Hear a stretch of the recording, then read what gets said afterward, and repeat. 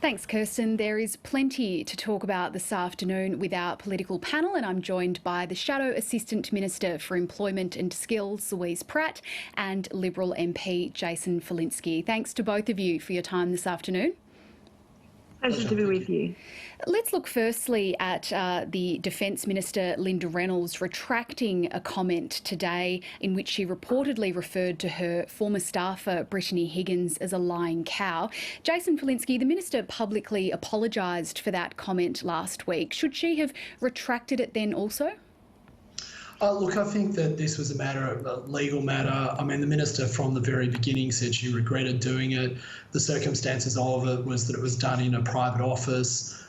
She obviously has now formally apologised, but, unfortunately sometimes when these things become legal matters, they get in the way of us behaving, as we would normally behave. So she probably had to go through the process. She's done that now. I think it's the appropriate thing that she's done, and I'm sure she said at the time that she regretted saying it. Louise Pratt, what do you make of that? And Brittany Higgins has accepted the Minister's apology. She suggested that damages have been paid and will be donated. Are you satisfied where this has ended up at this stage? Well, it was an appalling comment. It should never have been made. It's taken too long for it to be fully withdrawn. I really commend Brittany Higgins for donating those funds. But I don't think it resolves the situation that Minister Reynolds now finds herself in still, in terms of how tenable her decision is to remain in her position. I want to move on to the news this afternoon that the former boyfriend of the woman who made a historical rape allegation against Christian Porter, an allegation that Mr Porter strenuously denies. A former boyfriend says that he's willing to take part in any inquiry. Jason Falinski, should the government set up an independent inquiry now? Is it facing more pressure to do so? Yeah, sure. We should set up an independent inquiry if we want to have government setting up independent inquiries outside the justice system. I mean, what is at stake when people make calls like this is that you would then move from the rule of law to the rule of individuals, where any government can decide that it wants to start having inquiries into all sorts of different things.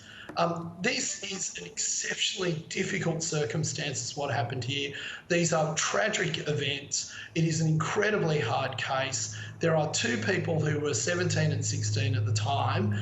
The Attorney General has made it very clear that he denies the allegations, he denies anything untoward happened, and this has been investigated independently by the New South Wales Police. The calls for the government to set up a separate inquiry is just simply taking us into extraordinarily dangerous situations and area. And we have seen that when countries in the past have done this, that it is not the guilty who end up being persecuted, it is the innocent.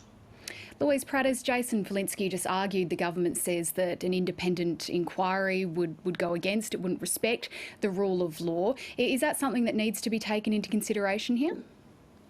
Well, the rule of law can't resolve this issue. The alleged victim is dead, and the police have acknowledged that they can't continue with inquiries because of that fact. But this nation needs a process in order to assure ourselves that we have an Attorney General that is fit for office. I would note that this government, under they put Julia Gillard through a Royal Commission. I saw Carmen Lawrence go through a Royal Commission many years ago. They're quite prone to, frankly, to putting up their own independent inquiries when it suits them. So I think this is nothing other than a convenient response for the government to be able to say that the rule of law needs to speak for itself. In this instance, we still need a process to assure ourselves that we have an Attorney General that is fit for office. The only way to do that is through some kind of independent inquiry.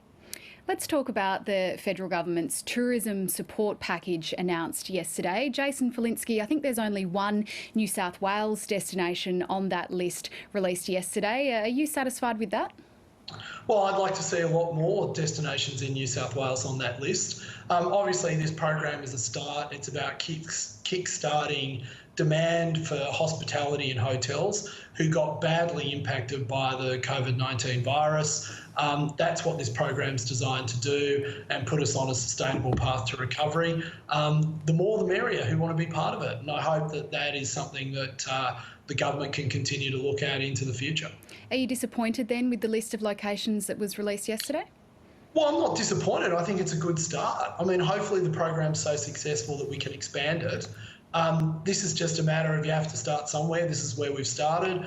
I'm sure if you ask 20 people, you will come up with 2,000 locations. So, we've made some choices. I think by and large, they're really good choices. And let's hope that it's a really successful program and more people can benefit from it. Louise Pratt, the Tourism Minister says that state governments should be stepping up here and offering other incentives to complement the discount airfares. Is that something that they should be putting more effort into?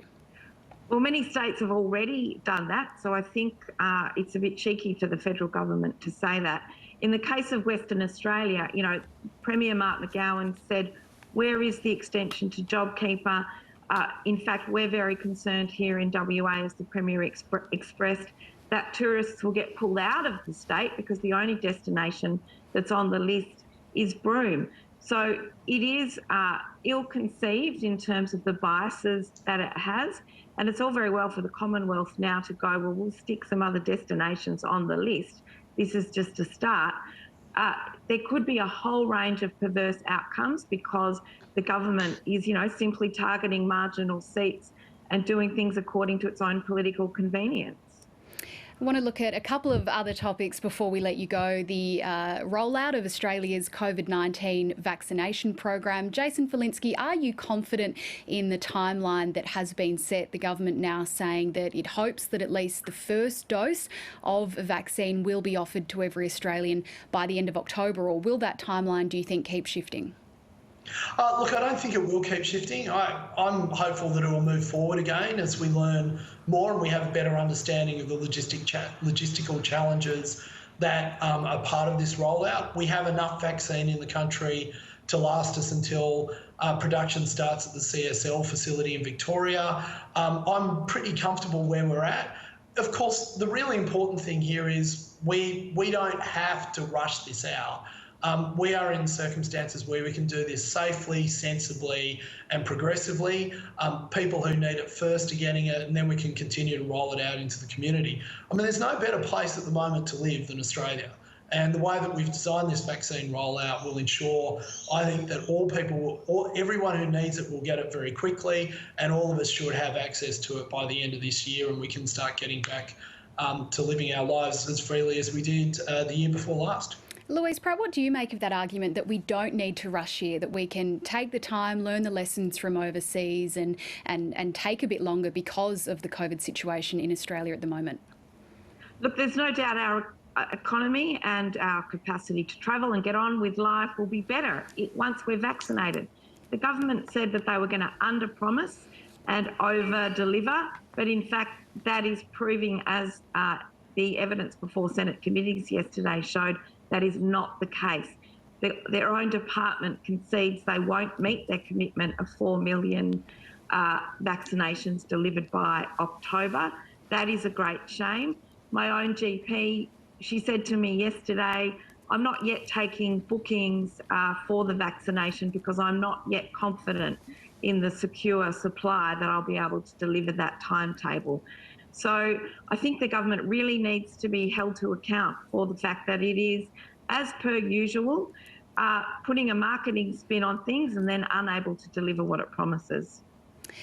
I want to touch on quickly the West Australian election. West Australians go to the polls tomorrow. Louise Pratt, the Liberal opposition leader, has already said he doesn't think he can win. But do you think his message that he's tried to send about not giving the Premier, Mark McGowan, too much power in the new parliament is getting or will get through to voters? Look, I'm not going to make any pronouncements, of course, until the poll itself is over. We saw at the last federal election how wrong the polls can be. What I can tell you is that Labor people are still valuing every relationship with every voter. They're knocking on doors, they're at the pre-poll, they're making phone calls and campaigning to the last moment. So, I don't necessarily think that people perceive this as a question of too much power. It's actually really about who they want to have represent and serve them in the West Australian Parliament. Jason Falinski, did the opposition leader Zach Kirkup make a mistake by essentially conceding defeat so early? Look, Jane, what I can say is that Labor in Western Australia have been doing a victory lap for almost 12 months on this election. The stories I'm getting of in marginal seats where no one can even find the Labor candidate to ask them questions and find out what they want to do for the area stands in stark contrast to what Louise just said then. I think the people of Western Australia have a very clear choice tomorrow. They can either put a government without any constraints in power, and we've seen that Mark McGowan has a tendency to want to lock up Western Australians. He's already tried to say that he wants to keep the borders shut. He's already said that he wants to keep the borders up for drug dealers and people of that nature. It seems that it's his one and favourite policy, and there's been little vision about what the future of Western Australia would look like under the Labor Party. So look, I hope that Western Australians, when they go to the polls tomorrow, think very carefully about their vote and what it means for their future and the future of their families and neighbourhoods. All right, Jason Falinski and Louise Pratt will have to leave it there. Thank you very much for your time. Thank you very much. And that's